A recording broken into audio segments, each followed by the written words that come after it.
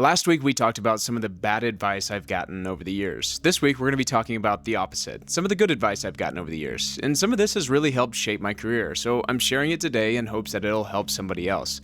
If you're new here, my name's Keaton. I am a DP based in Oklahoma. I also developed this app called CineTemp.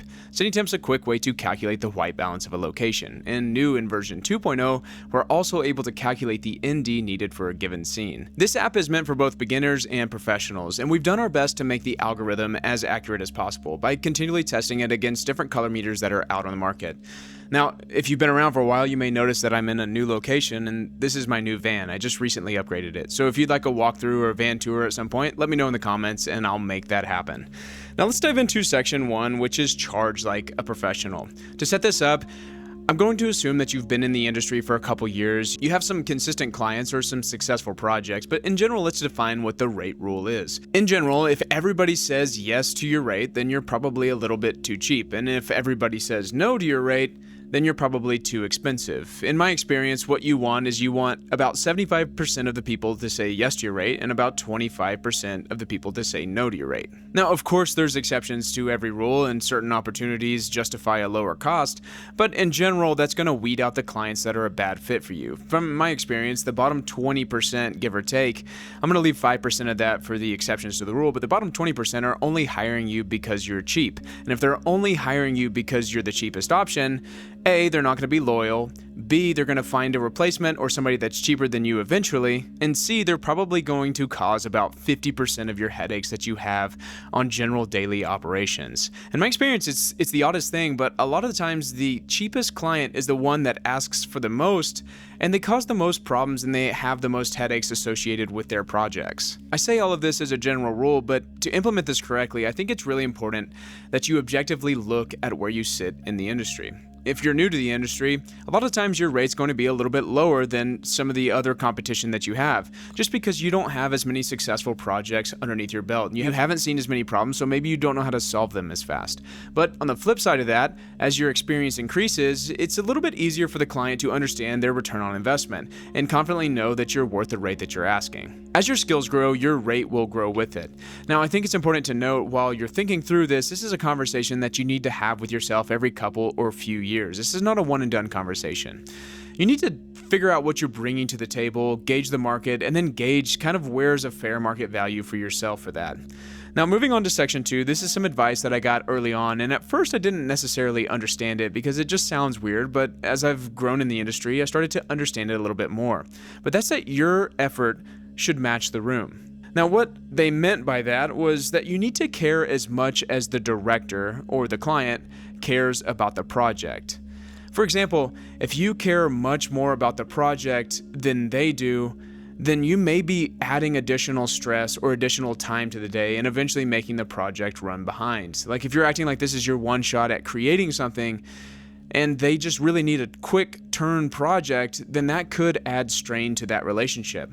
But on the flip side, if you care too little about the project, then obviously you're not going to get called again. If you're just acting like it's a everyday project and it's not that important, then of course they're not going to call you back. It's a fine balance that you have to bring to the project because you always want to bring your best to the project. But on the flip side, if you care too much about the project or you're putting too much importance and you're slowing the project down because you want everything to be absolutely perfect, sometimes that can strain a relationship or strain the project. And you don't want to make your director or your producers unhappy by doing that.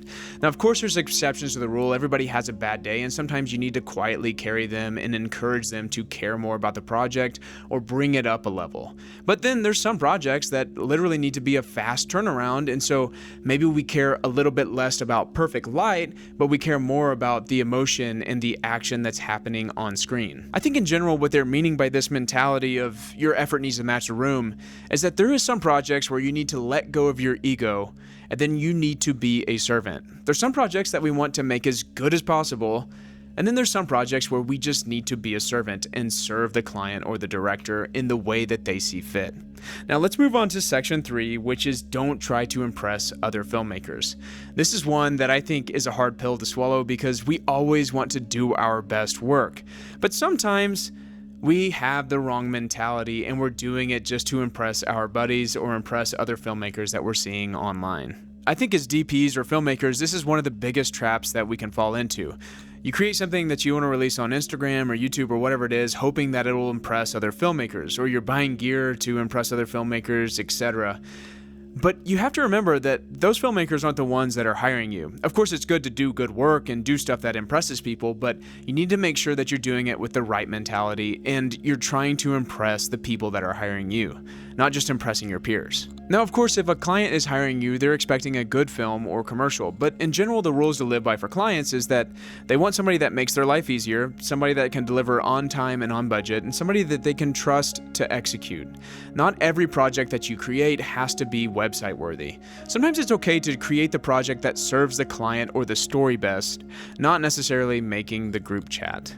Now let's move on to section 4, which is rate versus effort. And I think there's a long lead up to this, but essentially what the idea is your effort should always outweigh the rate. Now, of course, if somebody hires you at a full rate, you want to give more than 100%. You want to give 110%. But I think that's true if someone hires you at a lower rate as well. If they offer a lower rate and you accept that, then you still need to give 110%. That's partially because you accepted the rate, but in addition to that, you never know who's watching.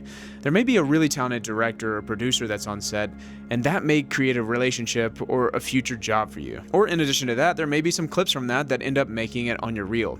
I think it's important to note that your name is in the room even when you're not. The legacy that you leave behind from the work and the effort that you produce always follows your name. What I've noticed over my decade or so in the industry is that a lot of people don't outgrow small jobs. Even people that are really successful are still volunteering or donating their time for projects that matter, that may be small jobs, maybe have a little bit less budget, but are still really important. But what you do outgrow is bad attitudes, people with bad attitudes. For example, you have a really small job and people with really good attitudes, a lot of times that's a great project and it turns out to have some long-term relationships or work. On the flip side, really chaotic people will lead eventually to career burnout or just an overall bad taste from those people. Now let's move on to section 5, which is say I don't know faster. That's something that I learned early on and I've seen actually play out in real job sets. Someone says that they can do something and they don't necessarily know how to do it, and then it gets found out pretty quickly.